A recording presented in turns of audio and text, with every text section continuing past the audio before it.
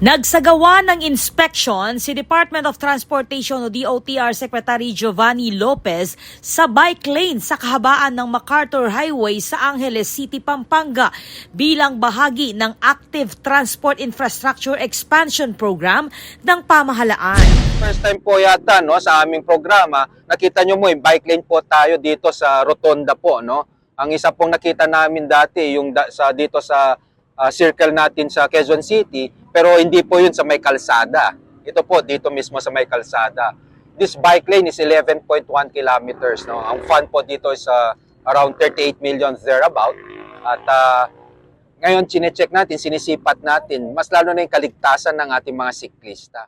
Layunin ng programa na palawakin ang ligtas at mas accessible na mobility options para sa mga siklista at pedestrian. Kanina po nag-uusap kami ni Kong Pogi, kahit maganda yung ating bicycle lane at may mga konting bollard, again, ang iniingatan natin yung ating mga kasamahan na motorista. It all boils down kasi sa kultura natin.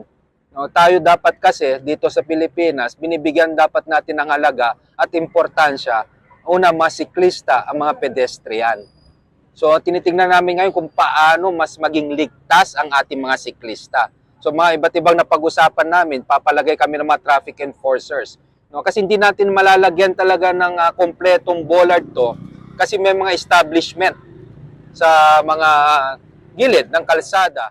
Ayon kay Lopez, mahalaga ang papel ng local government units o LGUs upang masuportahan at makumpleto ang mga programa ng national government para sa active transport infrastructure.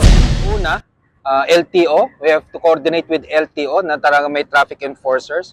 Pangalawa, naisasama na din ito sa theoretical course ng LTO natin. Ang kailangan talaga natin dito, ang pinag-usapan nga namin with DOTR, with Senior Undersecretary Pastor, yung cultural change, yung pagbabago tagal ng pag-ugali ng mga Pinoy na talaga importante, bigyang alaga, importansya ang ating mga siklista at hindi lang mga pedestrian.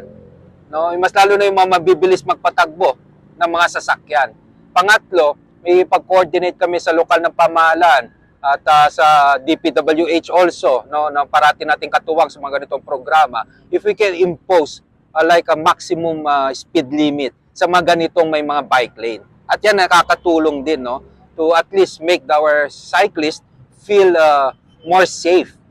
Kasama ni Lopez sa isinagawang inspection si Pampanga 1st District Representative Carmelo Pogi Lazatin Jr. Nandito rin ang Chief of Staff ni Angeles City Mayor Carmelo John Lazatin II na si Johnny Enriquez Sarmiento.